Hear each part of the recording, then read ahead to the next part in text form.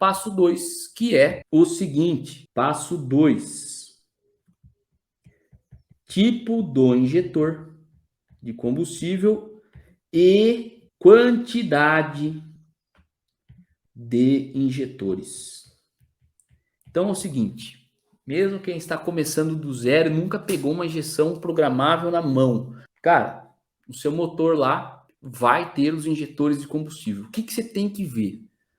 Quantos tem e o tipo dos injetores, tá? Vou dar um exemplo. Ah, cara, meu motor é 4 cilindros. Tem um motor 4 cilindros AP aqui, bem feijão com arroz. Então eu vou precisar de 4 injetores? Cara, não necessariamente. Dependendo do combustível que vai ser usado, dependendo do nível de preparação que vai ter no motor, talvez você precise de 8 injetores. Talvez você precise de 4 injetores. Então depende. É aquele negócio que eu falo, cara, no mundo das injeções programáveis é o mundo da customização. Depende muito. Então, você tem que levantar passo 2. Quantos injetores vai ser usado nesse projeto? Beleza? Por quê? Isso vai ajudar você na hora de decidir o modelo da injeção. E não só a quantidade de injetores, mas é o tipo de injetor também. Então, de uma maneira geral, tá? Eu vou falar aqui de uma maneira mais simplificada, tá? De uma maneira mais simplificada. Tem injetores que a galera chama de injetores saturados, ou a galera também chama de alta impedância. Tem injetores que a galera chama de peak and hold, ou injetores de baixa impedância. E tem, de uma maneira geral, injetores de injeção direta, famoso DI, injetores de injeção direta. Então, assim, quando é injeção direta, eu já vou. É um caso que eu já só vou dar um norte para vocês. Quando é injeção direta, você tem que olhar certinho se é motor Otto ou diesel, porque tem diferença entre as injeções, tá? E a maioria das injeções nacionais não fazem motores com injeção direta, a maioria, tá? Ou se faz, é um caso bem específico, que aí você tem que estudar com o fabricante, sabe? O que acontece, né? A gente faz esses vídeos aqui, essas aulas, cara, são aulas que, ó, são aulas de mais de 1 hora.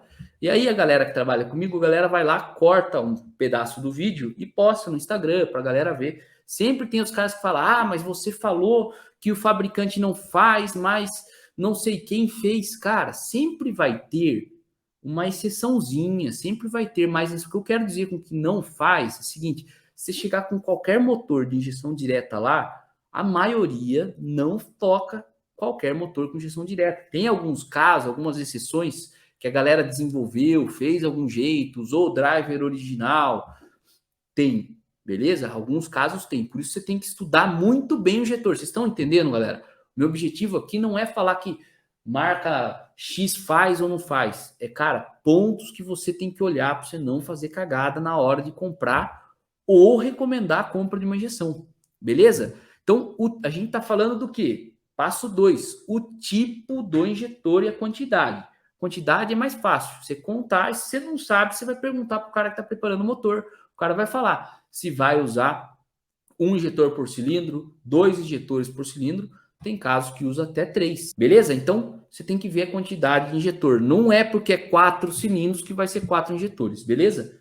E a gente está falando do tipo de injetor, tá? Então, se não for injeção direta, que são os casos mais comuns, você vai ter 2 tipos de injetores, esquecendo os de injeção direta, tá? Vou até apagar aqui para a gente simplificar aqui, ó. Então, esquecendo injeção direta, você tem basicamente 2 tipos de bicos injetores, saturados ou pick and hold. Por que isso é importante? Porque quando é pick and hold, talvez precise de um módulo adicional. Então, deixa eu explicar o seguinte. O que eu quero dizer com módulo adicional? Então, é o seguinte. Isso aqui é um desenho que meus alunos já conhecem.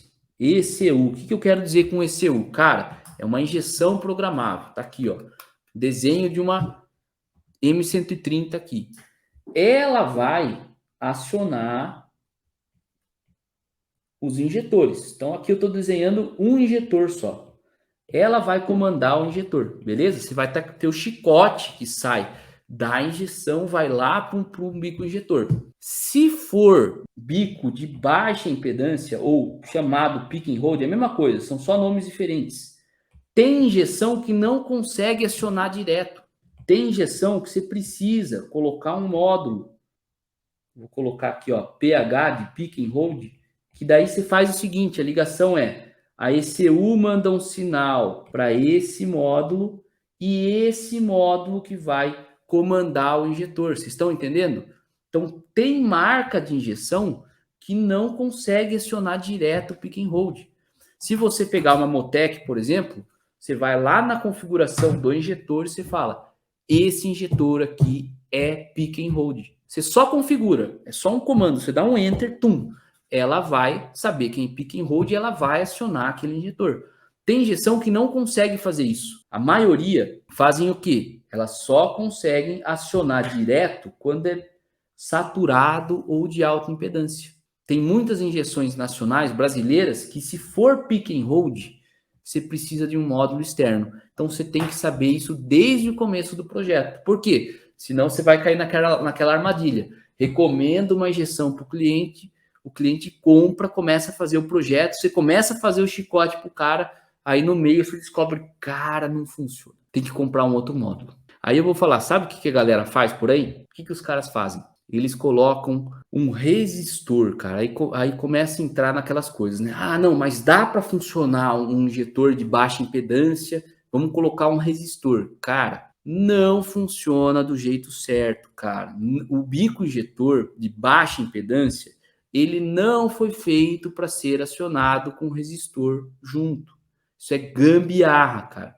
Lógico, eu já fiz isso? Já fiz. Era um projeto de baixo custo, tá? Que na época eu sabia disso, mas sabe aquelas coisas? O cara já tinha a injeção, vamos fazer assim, já tem lá um resistorzinho. Cara, ficou uma bosta. Essa é a verdade. Fica uma bosta. Então, tudo é aquela história do cobertor curto, certo, galera? E eu tô tentando ajudar vocês aqui ao seguinte: não é comprar a melhor injeção mais cara do mundo que vai ser a melhor opção para vocês. A parte financeira é muito importante. Quanto a gente vai gastar com a injeção é muito importante. Então, se possível, tá? Não faça essas de puta, tem um bico pick and hold, mas não dá para comprar um módulo pick and hold, a injeção do cara não faz, vou fazer com resistor. Cara, não faça isso, porque o injetor não foi feito para ser acionado desse jeito. Beleza, galera? Faz sentido? Isso aí poderia ser o porquê das coisas. Voltando aqui, passo 2, tipo de injetor e quantidade. Se for pick and hold, você vai notar, cara, vou dar um exemplo. Como que você vai fazer isso, passo 2? Cara, ó, são 8 injetores no meu motor, sendo que 4 são de alta impedância e 4 de baixa. Beleza. Então, você terminou o seu passo 2. É isso que você tem que fazer no passo 2. É levantar quantidade e tipo. Beleza, galera?